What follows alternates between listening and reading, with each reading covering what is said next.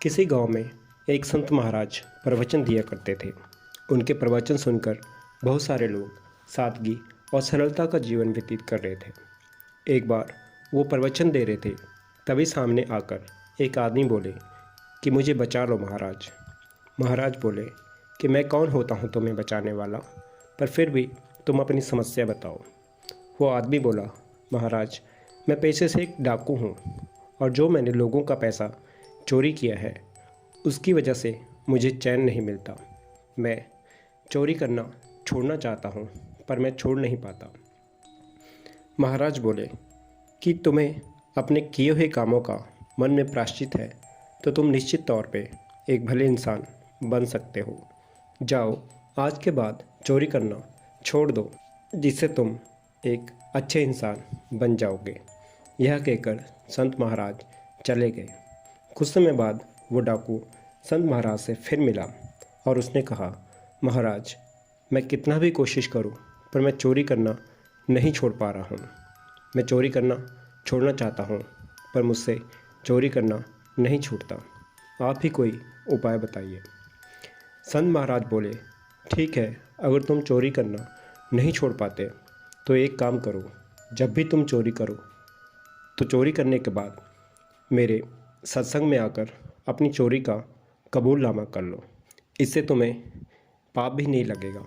डाकू बोला, ये तो बहुत आसान है, चोरी भी करनी है और पाप भी नहीं लगेगा। यह कहकर डाकू चला गया। काफ़ी समय बीत गया, डाकू दोबारा संत महाराज से मिलने नहीं आया। संत महाराज का शिष्य बोला, महाराज वो डाकू दोबारा नहीं आया, आपको क्या लगता है उसने चोरी करना छोड़ दिया होगा? आपने तो कहा था कि जब भी वो चोरी करेगा तो उसका कबूलनामा करने आपके सत्संग में ज़रूर आएगा, पर वो नहीं आया। संत महाराज बोले, उस डाकू ने निश्चित तौर पे चोरी करना छोड़ दिया होगा। शिष्य बोला, वो कैसे? संत महाराज बोले, वो डाकू चोरी करना छोड़ना चाहता था पर उसे कोई विकल्प नहीं मिल रहा था। जब मैंने उसको बोला कि तुम चोरी करने के बाद अपनी चोरी का कबूलनामा करने मेरे सत्संग में आया करो, तो इससे उसको अपनी गलती का एहसास हुआ। उसको मन में इस बात का एहसास हुआ कि वो जो काम करता है वो गलत है, इसलिए उसने उसके बाद चोरी नहीं की और इसी वजह से उसको मेरे पास आने की ज़रूरत नहीं पड़ी। बहुत समय बीत गया। जब संत महाराज एक गांव में प्रवचन दे रहे थे तो वो डाकू उनसे दोबारा मिल गया। डाकू बोले, महाराज मैंने उस दिन के बाद चोरी करना छोड़ दिया है और अच्छे काम करके अपना जीवन व्यतीत कर रहा हूँ। मुझे काफ़ी कष्ट सहने पड़ते हैं पर इसी दुख में मुझे सुख मिलता है। मैं आपका बहुत बहुत धन्यवाद करता हूँ। दोस्तों, इस कहानी से हमें ये सीख मिलती है कि जब भी हम गलत काम करते हैं तो वो तब तक गलत रहता है जब तक उसको हम मन से नहीं मानते।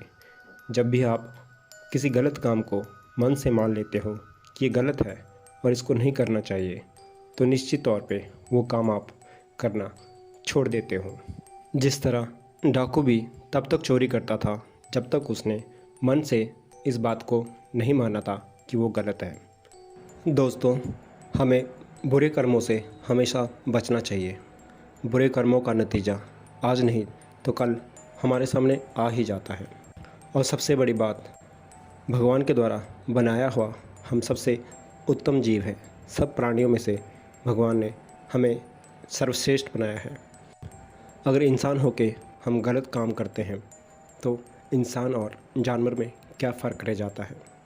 गलती से की हुई गलती वो गलती नहीं कहलाती, पर अगर जानबूझ के कोई गलती करते हैं, जानबूझ के किसी का मन दुखाते हैं, बुरे कर्म करते हैं, उसका फल आज नहीं तो कल हमारे सामने आ ही जाता है। इसलिए हमेशा सत्कर्म करें और सच्चे मार्ग पर चलें।